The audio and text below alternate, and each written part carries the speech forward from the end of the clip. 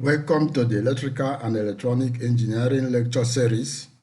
Your anchor person is Professor Michael Sindinechi. Our topic today is still Basic Concepts of Electronic Communications, Part 2. Electromagnetic spectrum is a natural resource available in the dimensions of time and space to all nations in equal measure. Electromagnetic waves do not recognize national or international boundaries and therefore have to be regulated both nationally and internationally. This necessitated special attention to coordination, as the same part of spectrum may not allow simultaneous multiple access. Put differently, it necessitates careful frequency, time, and space sharing management to prevent operations interfering with one another and to maintain the desired grade of service needed. There is therefore the need to be abreast of the international and national frequency spectrum management, since radio waves are classified by their frequencies of operation.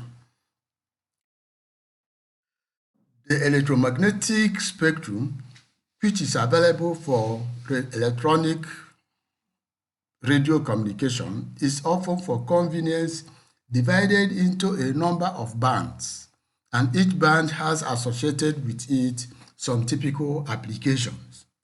The table below gives the allocations of spectrum space to various radio services such as fixed, mobile, broadcasting, space, radio navigation, amateur radio, and satellite operations, etc.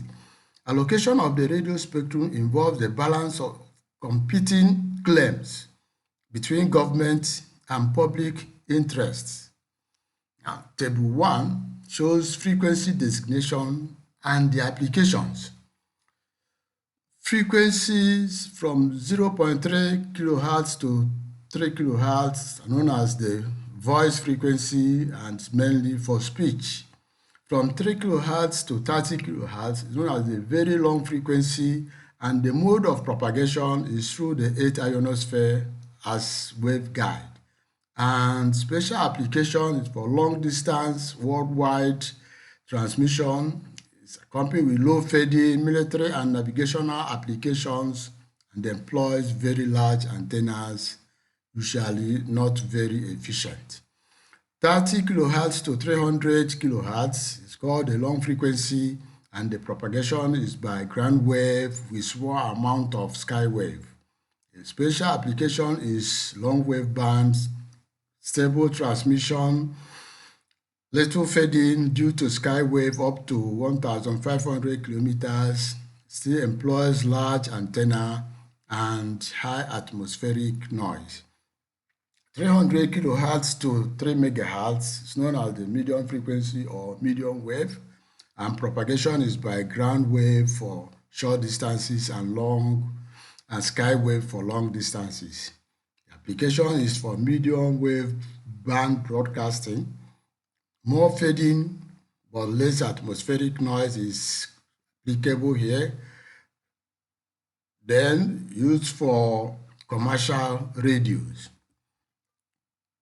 3 MHz to 30 MHz is called the very high frequency band, and the propagation is by sky wave. Here, fading is severe, noise is less important than fading, used in mobile land communications, ship to shore. 30 to 300 MHz is known as the very high frequency band, and propagation is by space wave. And the application is for line of sight communications, very high frequency lengths.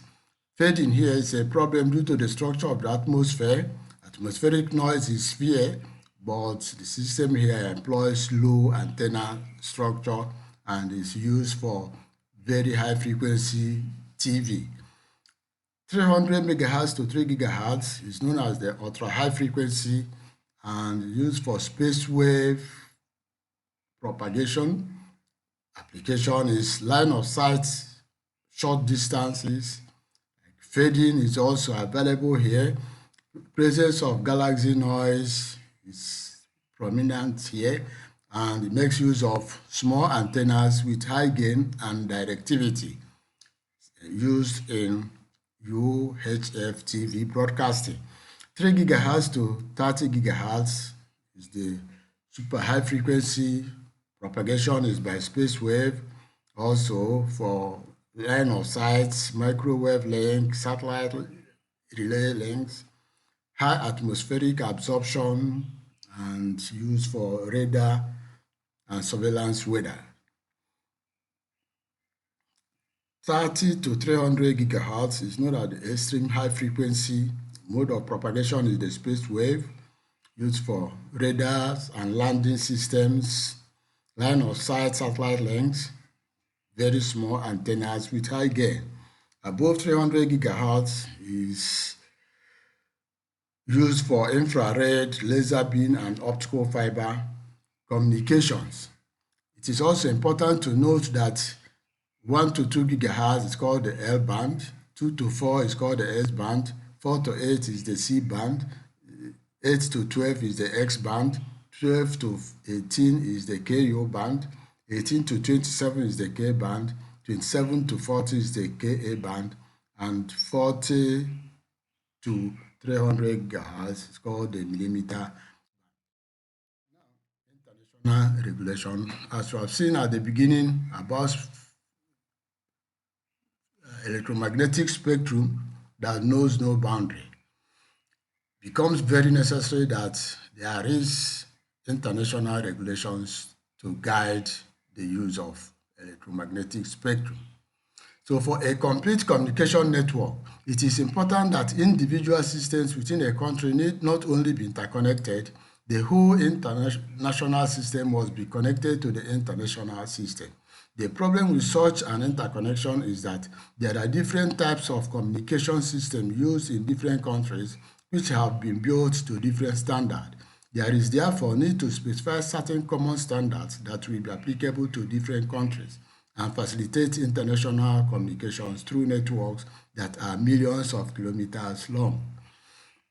The International Telecommunication Union, ITU, based in Geneva, was set up and charged with the responsibility of preparing recommendations for proper working of long international circuits. This body does this via its three arms, the ITUT, the ITUR, and ITUD.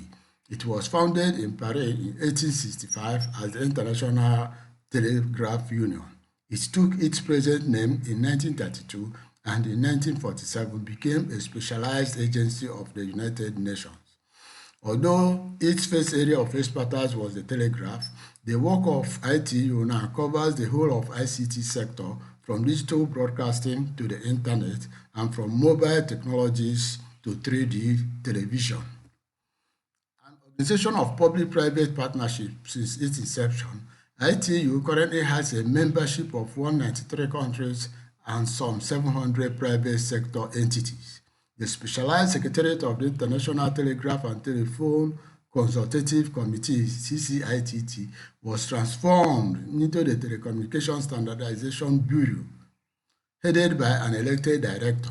The work of the union was thus organized into three bureaus, one each for radio communication, telecommunications standardization, and development.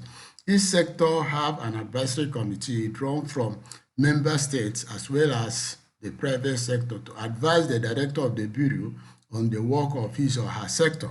A regular cycle of conferences known as World Administrative Radio Conferences was established to help the union rapidly respond to new technological advances.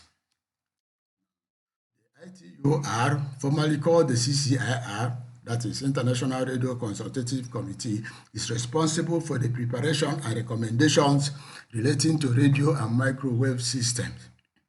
The ITUR mission includes to ensure interference-free operations of radio communication systems by implementing the radio regulations and regional agreements, as well as updating these instruments in an efficient and timely manner through the processes of world and regional radio communication conferences, to establish recommendations intended to ensure the necessary performance and quality in operating radio communication systems, seek ways and means to ensure the national, equitable, efficient, and economical use of the radio frequency spectrum and satellite orbit resources, and to promote flexibility for future expansion. The ITUT, formerly they called the CCITT, that is the International Telegraph and Telephone Consultative Committee, is responsible for setting standards of operation and interoperability for telecommunication networks. The ITUD, that is the telecommunication development sector, fosters international cooperation and solidarity in the delivery of technical assistances and in the creation, development, and improvement of telecommunication and ICT equipment and networks. The key objectives of this sector is: 1. To foster international cooperation on telecommunication and ICT development issues. 2. To foster an enabling environment for ICT development and the development of telecommunication and ICT networks. 3. To ensure confidence and security in the use of telecommunications and ICTs. 4. To build human and institutional capacity, provide data and statistics, promote digital inclusion, and provide concentrated assistance to countries in special need. Thank you for listening. Please subscribe, like, and follow. Share also so that subsequent models will be brought to your doorstep. Thank you.